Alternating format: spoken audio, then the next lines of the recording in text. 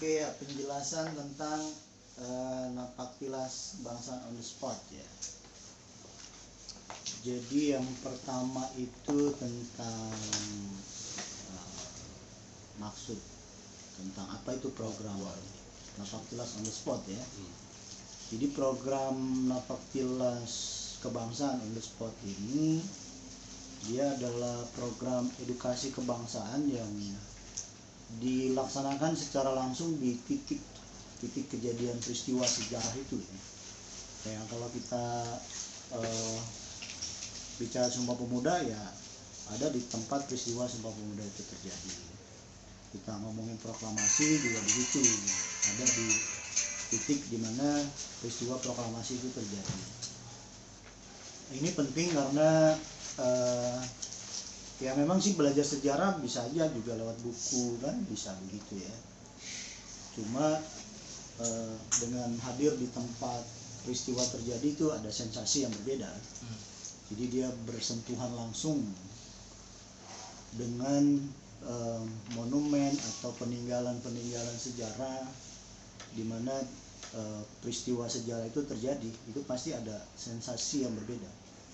Jadi bukan kalau lewat buku juga bisa juga. Kan belajar Sumpah Pemuda lewat buku juga bisa juga dibaca itu. Cuma akan berbeda lah rasanya kalau langsung di sini loh Sumpah Pemuda itu terjadi. Jadi bukan cuma dia bersentuhan dengan sejarah di alam imajinasi gitu, tapi di alam nyatanya itu dia bisa itu bisa ya ada suasana, ada rasa yang berbeda ya di situ. Kemudian tentang kenapa kita mengadakan program Napaktilas Kebangsaan on the spot ini tujuannya mengkoneksikan masyarakat Indonesia ya, rakyat Indonesia atau bangsa Indonesia dengan sejarah bangsanya sih, tujuannya itu. Yang ujungnya mengkoneksikan dengan kepribadiannya. Jadi supaya kita itu terkoneksi sama kepribadian Indonesia. Jadi betul-betul menjadi orang yang punya kepribadian Indonesia itu. Dan satu-satunya jalan memang untuk mengkoneksikan diri kita dengan kepribadian Indonesia melalui sejarah. Jalannya kan begitu. Makanya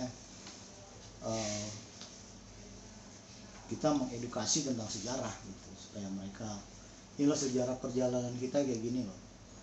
Tapi harapan ujungnya adalah mereka nanti bisa memahami karakter gitu, jati diri, kepribadian Indonesia itu berarti kayak gini ya. Mereka bisa lihat itu dan mereka bisa menjadikan itu sebagai ukuran kepribadian mereka. Itu harapannya begitu. Dan koneksi sama sejarah ini sangat penting ya. Makanya Bung Karno bilang bahwa bangsa yang besar itu bangsa yang tidak meninggalkan sejarah bangsanya. Jadi kalau kita mau jadi bangsa yang besar memang jalannya dengan memastikan rakyat Indonesia itu terkoneksi ya, sama sejarah bangsanya. Itu ada jalan lain nggak ada. Kalau kita lupa sama sejarah bangsa, ya kita lupa sama jati diri. Lupa, kita nggak punya ukuran tentang keindonesiaan jadi. Karena ukuran keindonesiaan kita itu kan dihasilkan melalui sejarah. Dan kita bisa memahami dasar-dasar dari apa-apa yang kita gunakan di dalam kehidupan kebangsaan dan kenegaraan kita, memahami melalui sejarah. Jadi kalau kita mau paham Pancasila misalnya, ya mesti paham sejarah juga itu. Kok bisa Pancasila sih? Ceritanya gimana gitu? Kan pasti ada cerita itu kenapa Pancasila. Ada cerita di balik Sumpah Pemuda itu apa? Ada cerita di balik proklamasi. Ada cerita kenapa bentuk negaranya harus Kesatuan Republik. Itu pasti ada ceritanya, ada argumentasinya. Dan untuk memahami itu ya lewat sejarah kita bisa paham. Cuma memang juga di kita itu cara kita mengedukasi sejarah itu ya, itu tidak cuma membuat orang-orang itu yang penting paham atau tahu peristiwa-peristiwa yang terjadi ya, bukan cuma itu, tapi bagaimana mereka itu bisa menarik kesimpulan yang benar. Jadi menarik pelajaran dari sejarah, bukan cuma sekedar belajar sejarah gitu, tapi bisa menarik nilai-nilai, karena sejarah itu kan sebenarnya sumber hikmah dan kebijaksanaan, salah satu sumber hikmah dan kebijaksanaan yang sangat penting, karena sejarah itu dia peristiwa-peristiwa yang sudah selesai dalam artian sudah jelas duduk perkaranya, sudah dihakimi oleh alam. Jadi benar salahnya itu udah bisa dinilai sama sejarah. Kalau peristiwa masih berlangsung kan nggak bisa dinilai. Benar salahnya itu masih ya, karena belum terhakimi alam ya. Kalau peristiwa-peristiwa yang sudah di masa lalu ya, ini kan sudah jelas ya. Ini benar apa enggak? Itu pelajarannya apa dari peristiwa itu. Jadi paradigma sejarahnya juga harus benar, kemudian maksud utama kita belajar sejarah apa juga harus ngerti gitu. Jadi maksud utamanya kita mau jadi pribadi yang Indonesia, jadi punya sifat keindonesiaan itu, karena kepribadian itu ya memang produk sejarah, termasuk diri kita ya, kepribadian kita hari ini secara personal juga produk sejarah kan? Dibentuk oleh pengalaman kita dari kecil sampai hari ini, itu yang membentuk sikap, perilaku, karakter ya, habit kita ya, karakter kita kan dibentuknya lewat pengalaman itu. Pengalaman itu kita menarik kesimpulan ya. Contoh-contoh simpelnya ya, kayak kenapa kita nyebrang jalan hati-hati, kenapa kalau anak kecil ya nyebrang jalan lari-lari aja, karena kesadaran ini kan belum ada. Tapi dari mana datangnya kesadaran kita? Ya dari pengalaman. Jadi kita hati-hati itu karena tahu betul atau menyadari bahwa berbenturan dengan benda keras itu akan berbahaya buat kita. Makanya kita kalau nyebrang jalan kan tengok kanan tengok kiri dulu, karena kita tahu kalau terjadi tabrakan, kita ditabrak mobil, kita terbentur benda keras itu bisa bikin kita sakit, celaka, bisa mati juga malah ya kalau benturannya kenceng gitu. Dari mana kesadaran itu datang? Dari sejarah. Ya, karena kita pernah kejedot tembok misalnya, kita pernah jatuh dari sepeda, pernah ditimpuk. Jadi ada pengalaman berbenturan sama benda keras. Salah gitu. Itu tentang hubungan sejarah sama kepribadian. Nah, kalau bangsa Indonesia lupa sama sejarah itu sama kayak terputus dari memori. Sejarah itu kan memori bangsa. Jadi kalau kita terputus dari memori itu kita kehilangan kepribadian kita.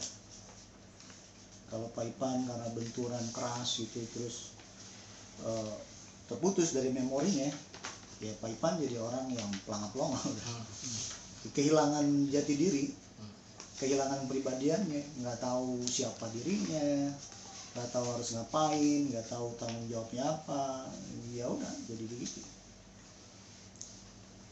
Kayak gitulah kira-kira. Nah, di Napaktilas Kebangsaan on the Spot ini kita punya 3 paket kegiatan ya. Yang pertama itu kita sebutnya, jadi di situ ada 2 perjalanan sebenarnya. Satu perjalanan keramat 17 tahun itu, yang dari Sumpah Pemuda ke Tugu Proklamasi ya, atau Tugu Petir itu Itu yang pertama itu. Yang kedua itu kunjungan ke Istiqlal dan Monas. Kalau kunjungan ke Istiqlal dan Monas untuk memahami bahwa ajaran kebangsaan kita itu sebenarnya dia include di dalamnya adalah ajaran religi, ajaran agama. Jadi antara ajaran agama atau nilai-nilai dalam keagamaan kita sama nilai-nilai kebangsaan kita itu dua hal yang itu juga gitu, dua hal yang satu. Jadi nggak bisa dipisahkan. Bahwa bangsa Indonesia itu dibentuk dari satu nilai-nilai keagamaan dan dibentuk oleh sejarah perjalanan bangsanya. Nah, titik temu dari kedua hal itu. Nah, kalau dari Museum Sumpah Pemuda ke Tugu Petir, ini kita sebut sebagai 17 tahun perjalanan keramat ya, program ini. Jadi di situ kita akan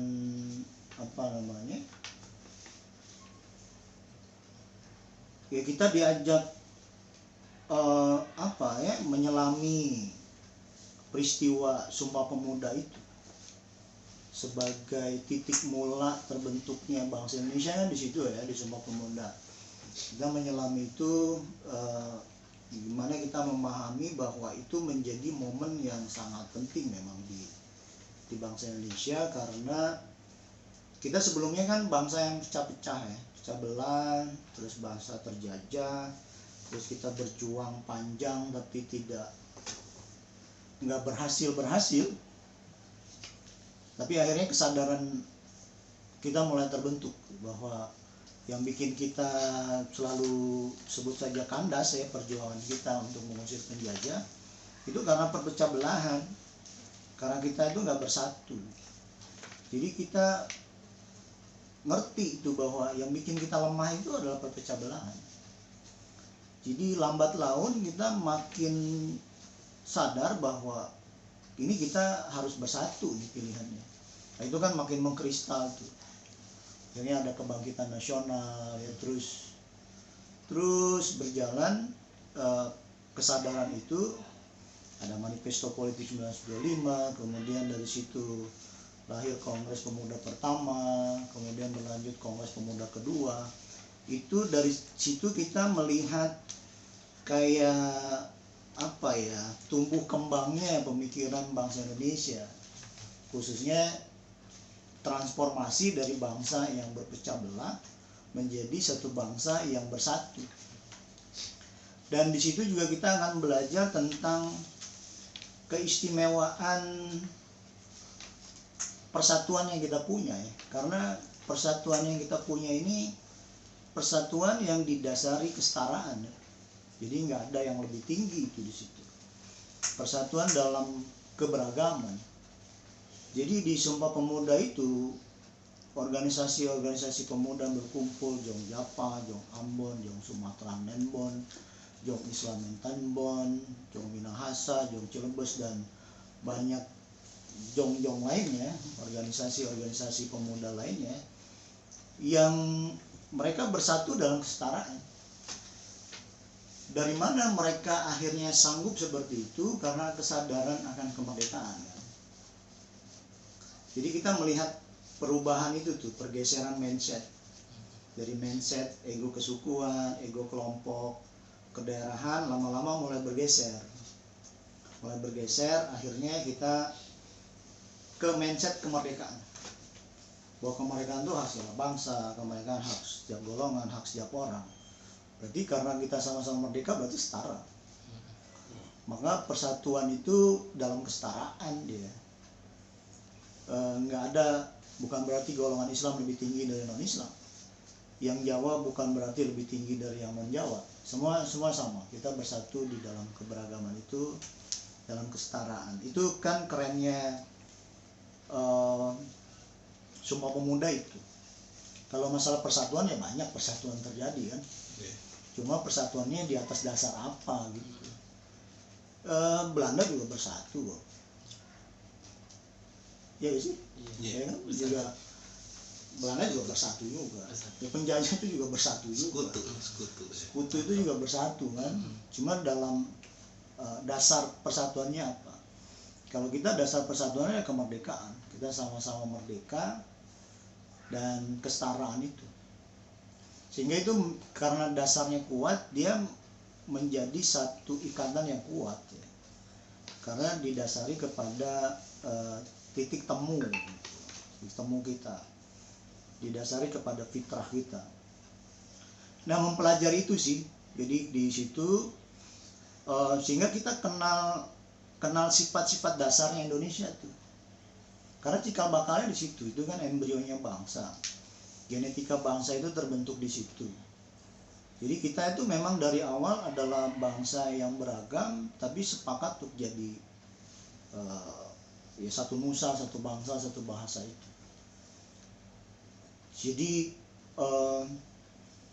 itu yang membentuk Indonesiaan kita, maka kesana-kesananya gitu ya harus selalu berpijak kepada itu.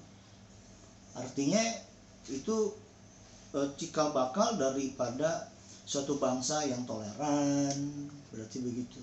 Satu bangsa yang menghormati perbedaan, satu bangsa yang senang berlaku adil dengan kelompok lain, dengan bangsa lain, dengan orang lain, suatu bangsa yang tidak membenarkan ada penjajahan, ada eksploitasi. Itu genetika yang kita bawa. Dan kita juga di situ menyadari bahwa persatuan itu memang punya keajaiban ya. Jadi bersatu itu bikin kita hebat, bikin kita kuat. Ya dibuktikan dengan 17 tahun setelah Sumpah Pemuda ya. Kita akhirnya bisa merdeka. Jadi dimuluskan jalan kita. Jalan kita untuk mencapai kemerdekaan itu dimudahkan, dimuluskan. Dirahmati gitu oleh Allah ya, kayak gitu. Itu karena kita bersatu. Mungkin kalau nggak bersatu ya belum merdeka juga mungkin. Ya kayak gitu. Jadi kan kalau kita terkoneksi sama momen itu, kita terkoneksi sama kesadaran pentingnya persatuan kan. Kita terkoneksi sama kesadaran untuk saling menghormati kemerdekaan, menghormati perbedaan, sama kesadaran untuk kita harus berlaku adil satu sama lain. Jadi terkoneksi sama kepribadian Indonesia itu. Nah, ketika kita proklamasi, itu kan perjalanannya dari Sumpah Pemuda sampai proklamasi. Ketika kita proklamasi, maka yang lahir di proklamasi itu adalah bangsa yang berbineka tunggal ika itu. Karena yang memang itu genetika dari awal kita berjuang. Jadi kita lahir bersama sifat keindonesiaan kita di proklamasi itu. Jadi ada cita-cita yang lahir bersama kita, dan kita nggak boleh keluar dari cita-cita itu. Apa yang oleh Bung Karno disebut dengan revolusi Indonesia itu ya. Jadi revolusi Indonesia itu ya kita ingin membentuk suatu negara kesatuan Republik Indonesia yang wilayah kedaulatannya itu dari Sabang sampai Merauke. Itu cita-cita kita dari awal. Cita-cita yang kedua, kita mewujudkan masyarakat Indonesia yang makmur. Nah itu kita terikat sama cita-cita itu karena garis perjuangannya memang ke sana. Mewujudkan masyarakat Indonesia yang makmur, yang ujungnya lagi adalah mewujudkan persatuan bangsa-bangsa. Jadi itu melekat pada diri bangsa Indonesia yang lahir di proklamasi, itu nggak bisa dilepas itu. Jadi ada ikatan itu di dalam diri bangsa Indonesia. Jadi bangsa Indonesia itu di pundaknya itu ada amanat revolusi itu, revolusi Indonesia atau revolusi Ampera ya, yang kita kenal juga dengan istilah itu. Dan juga hal lainnya juga berkaitan sama untuk tetap menjaga ingatan kita ya, sama semangat proklamasi. Karena yang bikin kita merdeka itu Ya karena ada semangat yang tiga itu yang dikenal dengan semangat proklamasi. Semangat berjuang mati-matian yang penuh dengan idealisme. Kalau nggak ada semangat itu, ya nggak ada itu kemerdekaan, nggak ada NKRI sekarang itu. Sekarang kan ada semangat itu yang mengisi diri para pahlawan kita, para pendiri bangsa kita dulu. Kalau hari ini kita nggak mewarisi semangat itu, Indonesia ini nggak bisa kemana-mana. Kalau semangat itu kita mesti ada juga di diri kita. Nah, kan kita harus ya maksud kita berkunjung ke Tugu Proklamasi atau Tugu Petir itu supaya kita tetap terjaga ingatannya, jadi nggak lost memory gitu. Ingatannya terjaga. Kalau ingat itu kan berarti terkoneksi ya, terkoneksi sama memori itu. Kalau lupa itu berarti putus ya, putus dari memori, supaya kita nggak lupa. Semangat yang kedua, semangat persatuan bulat mutlak yang tanpa mengecualikan suatu golongan dan lapisan. Itu kan semangat proklamasi juga. Semangat yang harus ada. Kalau hari ini hilang, ya gimana ya? Kita bisa pecah belah lagi. Kita semangat persatuannya itu bukan persatuan antar golongan, bukan persatuan antar kelompok, bukan. Tapi persatuan bulat mutlak yang nggak ada satu golongan, satu lapisan pun yang ditinggalkan di situ, yang dikecualikan. Jadi betul-betul kesatuan bulat mutlak. Yang ketiga itu tentang semangat membangun negara dari ketiadaan. Jadi kita mesti ingat itu bahwa NKRI yang kita kenal dan kita hidup di dalamnya hari ini itu kan tadinya nggak ada. Itu diperjuangkan oleh para pendiri bangsa kita, oleh para pahlawan kita, akhirnya kita merdeka, terus negaranya berdiri dan jadi seperti sekarang. Terus bagaimana NKRI ke depan ya tergantung kita.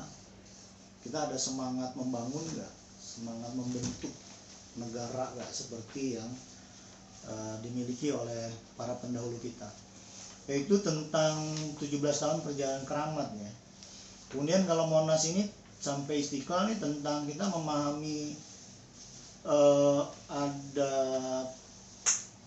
kesatuan apa ya, kesatuan ajaran gitu di dalam kebangsaan kita, bahwa di dalamnya itu sebenarnya dalam ajaran kebangsaan kita itu include juga adalah ajaran keagamaan kita. Nah di sini kita memang akan melihat ini pesan-pesan Bung Karno ya. Ini karena kan Bung Karno yang mendesain tempat ini kan. Jadi Tugu Petir, Tugu Monas, itu Monumen Nasional, sama Istiqlal itu dimulai pembangunannya di tahun yang sama. Itu dalam satu rancangan dan kita di sana nanti diajak untuk melihat ada garis-garis pesan gitu. Jadi ada kode-kode yang ditinggalkan oleh Bung Karno. Jadi Bung Karno mau berbicara, ada rahasia gitu ya, yang Bung Karno mau sampaikan melalui kode-kode desain penciptaan atau pembangunan Istiqlal dan Monas khususnya, termasuk juga Tugu Proklamasi sebenarnya. Itu. Sehingga Monas dan Istiqlal itu dia satu kesatuan deh, satu kesatuan. Nanti kita melihat begitu. Lalu apa maksud Bung Karno? Kenapa seolah-olah mengisyaratkan gitu bahwa Monas dan Istiqlal itu satu kesatuan? Ya itu tadi, bahwa sebenarnya sejarah kita atau keindonesiaan kita dibentuk oleh semangat nilai-nilai keagamaan kita dan semangat kebangsaan itu. Jadi Monas itu nanti kita melihat bahwa titik temu antara peradaban umat manusia, khususnya yang dibawa melalui para nabi ya, dengan sejarah kejadian kita sendiri, itu ada titik temunya di Monas itu. Titik temunya kalau di Monas itu di ruang kemerdekaan ya, di Cawan itu, ruang kemerdekaan. Di sana kita akan diajak memahami itulah, Kita akan lihat diorama perjalanan bangsa Indonesia, kemudian nanti kita masuk ke ruang kemerdekaan itu untuk memahami dasar-dasar atau konsepsi dari keindonesiaan kita itu ada di ruang kemerdekaan, yang di bagian tengahnya itu ada bangunan kubus yang dibuat mirip sama Ka'bah gitu ya. Itu tentu ada maksud-maksud ya, semua desainnya ada maksud-maksud. Itu sih yang kita pahami, sehingga kita harapannya kan kita bisa menerima Pancasila, Bhinneka Tunggal Ika, Undang-Undang 45, menerima NKRI ini dengan sepenuh hati dan tidak menganggap bahwa ajaran kebangsaan kita itu sebagai sesuatu yang seperti tidak ada hubungannya sama ajaran agama. Bahkan dia satu kesatuan, bahkan itu adalah sebenarnya bentuk aplikatif ya daripada nilai-nilai keagamaan kita. Implementasi begitu. Kira-kira gambarannya begitu kalau untuk napak tilas kebangsaan on the spot. Nanti Papian ya. Oh. Ya. Buat